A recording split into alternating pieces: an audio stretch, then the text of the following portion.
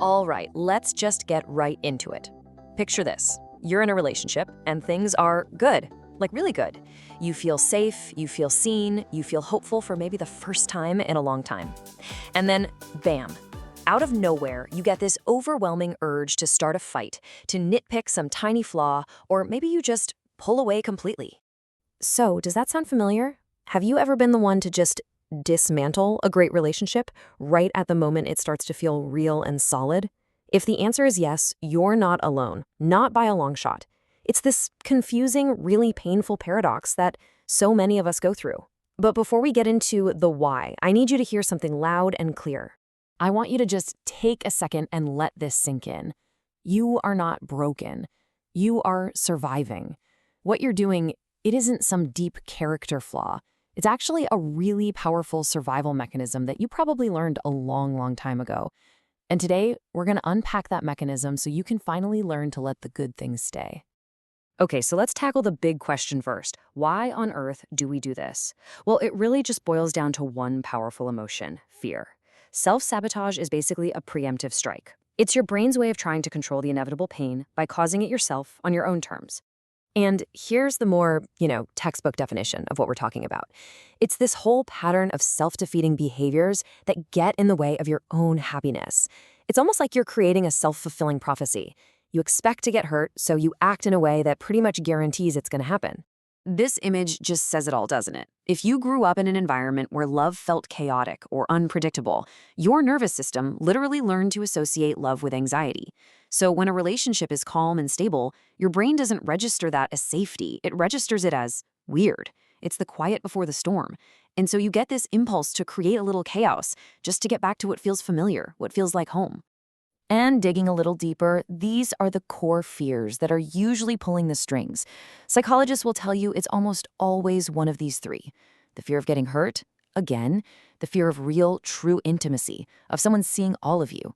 And of course, that overwhelming fear of rejection, which can feel so unbearable that you'd rather just burn it all down yourself.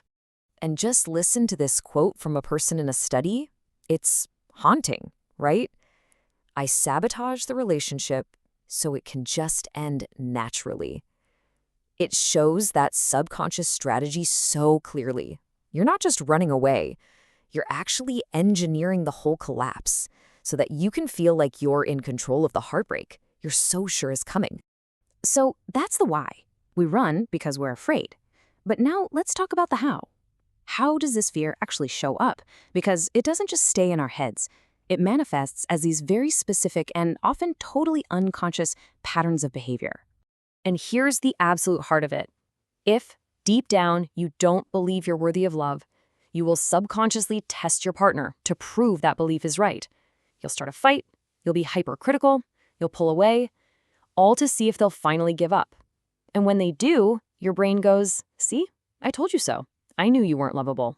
Now, a lot of this stuff is rooted in our early attachment styles. For someone with an anxious attachment, for example, they desperately want intimacy, but they're also terrified of being abandoned. On the flip side, someone with an avoidance style might have been taught that they can only rely on themselves, so real closeness feels like a threat. They seem like total opposites, right? But both paths can tragically lead to the same destination: sabotage.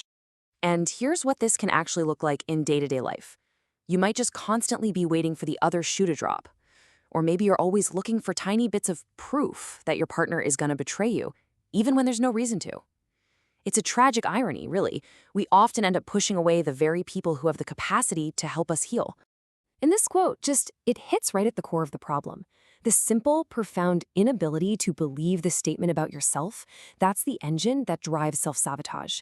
You're trying so hard to protect a heart that you, on some level, don't believe is even worthy of being loved in the first place. Okay, so we've looked at the problem from a few different angles. But now for the important part. How do we stop? How do we learn to stay when every single instinct in our body is screaming at us to run? Let's get into some real, practical steps for breaking the cycle. This right here is your roadmap.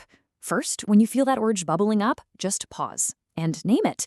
Say to yourself, okay, this is my fear talking. This is the sabotage pattern. Second, get curious. What just happened? What was the trigger?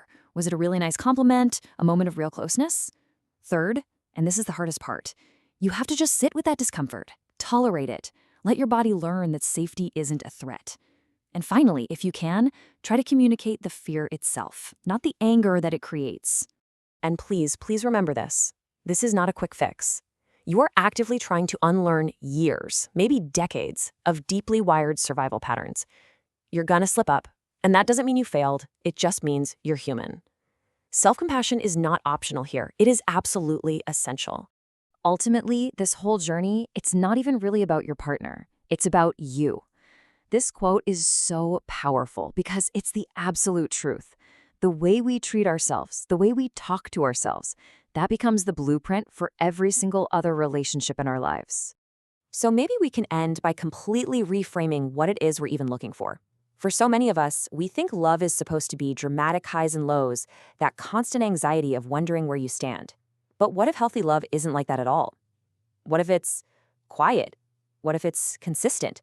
What if it's just peace? The feeling of finally being able to put down your armor and rest. I want to leave you with that thought to chew on. What if love isn't a battle you have to win? What if it's not a test you have to pass? What if it's just a safe place to rest?